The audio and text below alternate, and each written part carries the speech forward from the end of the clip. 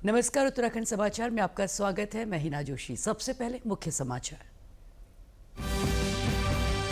प्रधानमंत्री नरेंद्र मोदी ने BSNL 4G network प्रणाली की लॉन्च। कुमाऊं में 250 टावर स्थापित, सुदूर ग्रामीणों को भी मिलेगा इंटरनेट सेवा का लाभ।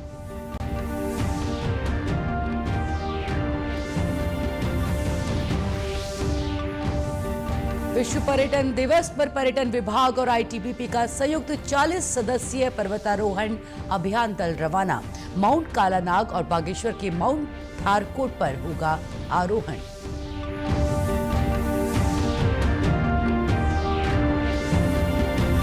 और गंगा में आज से राफ्टिंग का रोमांच शुरू। नदी का जलस्तर सामान्य, साहसिक पर्यटन को मिलेगा बढ़ावा। और अब समाचार विस्तार से। प्रधानमंत्री नरेंद्र मोदी ने आज ओडिशा से BSNL की स्वदेशी 4G नेटवर्क प्रणाली की लॉन्च की है। प्रधानमंत्री के इस कार्यक्रम के तहत पूरे देश में 108 जगह पर BSNL टावर में 4G सेवा का शुभारंभ किया गया।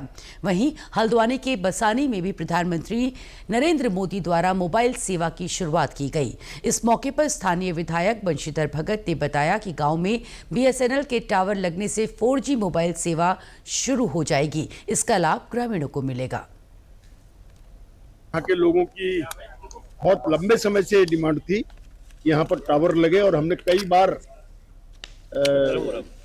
BSNL वालों से चर्चा करी, बातचीत करी, और उन्होंने यहाँ पर पूरा प्रयास करके, हमारे GM साहब भी यहाँ आए हैं, तो इन्होंने प्रयास करके यहाँ पर लगाया। और आज हमारा सबसे बड़ा सौभाग्य यह है कि पूरे कुमाऊं में, हमारे बसानी में ये कार्यक्रम हुआ है। बसानी का टावर सबसे पहले चालू हुआ है। इस पूरे जहां भारत में हो रहा है, उत्तराखंड में 2 स्थानों पर हो रहा है, तो बसानी में ये हो रहा है। तो बसानी आज एक संचार व्यवस्था से जुड़ गया है।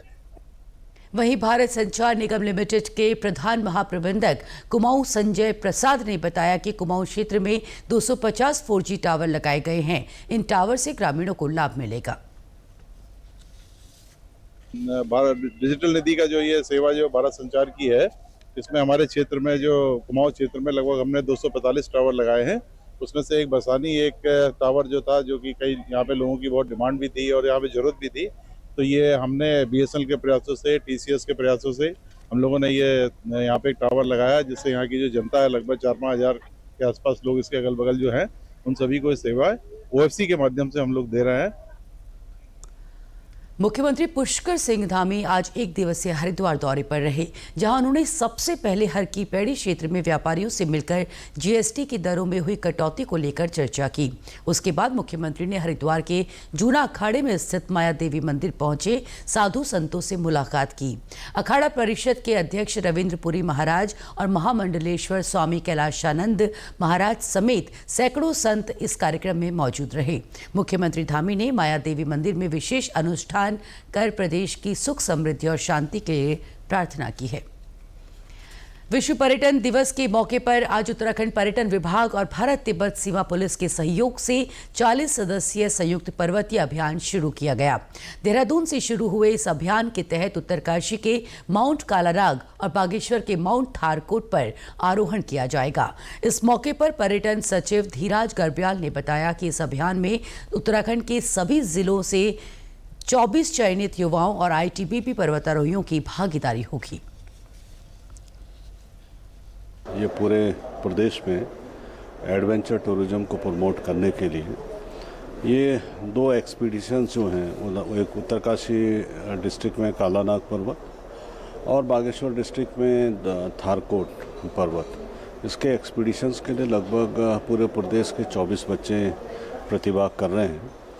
उसमें इस एक्सपीडिशन की सबसे अच्छी विशेषता ये है कि इसमें सारे प्रदेश के जितने भी हमारे 13 डिस्ट्रिक्ट्स हैं, उनके बच्चे इसमें प्रतिभाग कर रहे हैं। और इस एक्सपीडिशन का मुख्य उद्देश्य एक तो पूरे प्रदेश में एडवेंचर टूरिज्म को प्रमोट करना है, रूरल एरियाज़ में होम स्टेज को प्रमोट करना है, कैसे रूरल एरियाज़ में लगातार एडवेंचर की एक्टिविटीज़ को बढ़ा के कैसे रोज़गार के अवसरों को हमने सृजित करना है, और साथ ही साथ बॉर्डर एरिया में जो एक वाइब्रेंट विलेज की जो अवधारणा है जिसको फलीभूत हम लोगों ने करना है।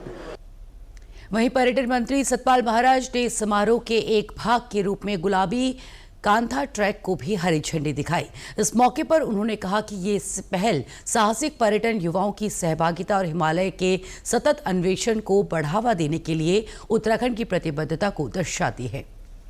तो हमारे यहाँ पर हमारे आईटीबीपी के जवान भी और हमारे जो पर्वतारोही हैं ये सब मिल करके जाएंगे। 40 आदमियों का ग्रुप होगा और ये क्लाइंब करेंगे। इनको बहुत बहुत अभियान की बहुत बहुत शुभकामनाएं और ये सुरक्षित लौटें और अपने अभियान में सफल हों, ये भगवान बद्री विशाल और भगवान केदारनाथ से प्रार्थना है। ऋषिकेश की मुनि की रेती इको टूरिज्म जोन में आज से गंगा में राफ्टिंग शुरू हो गई है। पर्यटन विभाग की टेक्निकल टीम और प्रशिक्षितों ने गंगा में रेकी कर सरकार को रिपोर्ट सौंपी थी। इस रिपोर्ट की सकारात्मक होने के बाद पर्यटन विभाग ने गंगा में राफ्टिंग शुरू कर दी है। गंगा नदी राफ्टिंग रोटेशन समिति के अध्यक्ष दिनेश भट्ट ने बताया कि अब गंगा का जलस्तर लगभग सामान्य हो गया है, जिसके बाद एक बार फिर गंगा में 262 कंपनियों की 576 राफ्ट उतार दी गई हैं। राफ्टिंग का जो हम लोगों का सीजन स्टार्ट होता है वो सितंबर से ही शुरू होता है, 30 जून तक राफ्टिंग चलती है। लेकिन अभी पिछली बार क्या हुआ कि जल्दी मानसून आने से 24 जून को ही राफ्टिंग बंद करनी पड़ी थी और उस दौरान मुझे लगता है कि बहुत सारे पर्यटक बड़े मायूस होकर वापस लौटे थे और राफ्टिंग व्यवसायियों को भी इसमें काफ़ी नुकसान गया। अब टेक्निकल कमेटी की रेखी के बाद जो नदी का जो वाटर लेवल है वो अभी सामान्य हो गया और उसके पश्चात आज से राफ्टिंग एक विधिवत रूप से प्रारंभ हो गई है। वहीं गंगा नदी राफ्टिंग प्रबंधन समिति के सचिव जसपाल चौहान ने पर्यटकों से ऋषिकेश आकर राफ्टिंग करने की अपील की है। टेक्निकल सर्वे कराया गया था गंगा नदी पर, जिसमें कि 10 कायाकर और तकरीबन जो है 30 गाइड ने उसमें प्रतिभाग किया था। तो उनकी रिपोर्ट के आधार पर हमने इसको आज विश्व पर्यटन दिवस के दिन जो है राफ्टिंग को खोलने का निर्णय लिया गया था। और उसी क्रम में जैसा कि जिलाधिकारी महोदय हो गया, एसडीएम साहब वगैरह हो गया, इनको इसके बारे में अवगत कराते हुए अन्य व्यवस्थाएं यथा जैसे कि ट्रैफिक का है या रस्तों में एनएच पे मलबा वगैरह आया है उसको हटवाने की भी कार्रवाई की जा रही है। मसूरी एमपीजी कॉलेज में विभिन्न पदों के लिए छात्र संघ चुनावों का मतदान संपन्न हो गया है। मतदान को लेकर छात्रों में भी भारी उत्साह नजर आया। वहीं छात्र संघ चुनाव को लेकर प्रशासन और पुलिस ने भी सुरक्षा के पुख्ता इंतजाम किए हुए थे। मसूरी कोतवाल संतोष कुमार ने बताया कि चुनाव को लेकर अतिरिक्त पुलिस बल तैनात किया गया है। अगर कोई भी असामाजिक तत्व माहौल को खराब करने की कोशिश करेगा तो उसके खिलाफ सख्त कानूनी कार्रवाई की जाएगी। वहीं मसूरी एमपीजी कॉलेज में छात्र संघ चुनाव के मुख्य चुनाव अधिकारी डॉक्टर सुनील पवार ने बताया कि मतदान सुबह 9 बजे से शुरू होकर दोपहर 1:30 तक चला है। वहीं दोपहर 3 बजे से मतगणना जारी है। मतगणना के बाद जो है आगे की कार्रवाई करेंगे। शपथ ग्रहण समारोह भी आज ही हो जाएगा। शांतिपूर्वक ढंग से जो है अभी चल रहा है। शासन प्रशासन का पूरा सहयोग। नहीं, ऐसी भी किसी भी माहौल को जो है खराब नहीं करने दिया जाएगा। निश्चित रूप से यहाँ पुलिस फोर्स पर्याप्त मात्रा में हमने लगाई हुई है। मैं स्वयं भी यहाँ से सुबह से ही मॉनिटरिंग कर रहा हूँ। किसी को भी माहौल को जो है खराब करने नहीं दिया। 1670 छात्र संख्या वाले डॉक्टर शिवानंद नौटियाल राजकीय स्नातकोत्तर महाविद्यालय कर्णप्रयाग में कड़ी सुरक्षा व्यवस्था के बीच छात्र संघ चुनाव संपन्न हो गया है। महाविद्यालय कर्णप्रयाग के प्राचार्य प्रोफेसर राम अवतार सिंह का कहना है कि विद्यालय में छात्र संघ के लिए 10 नामांकन में से उपाध्यक्ष और विश्वविद्यालय पद पर निर्विरोध प्रत्याशी चुने गए।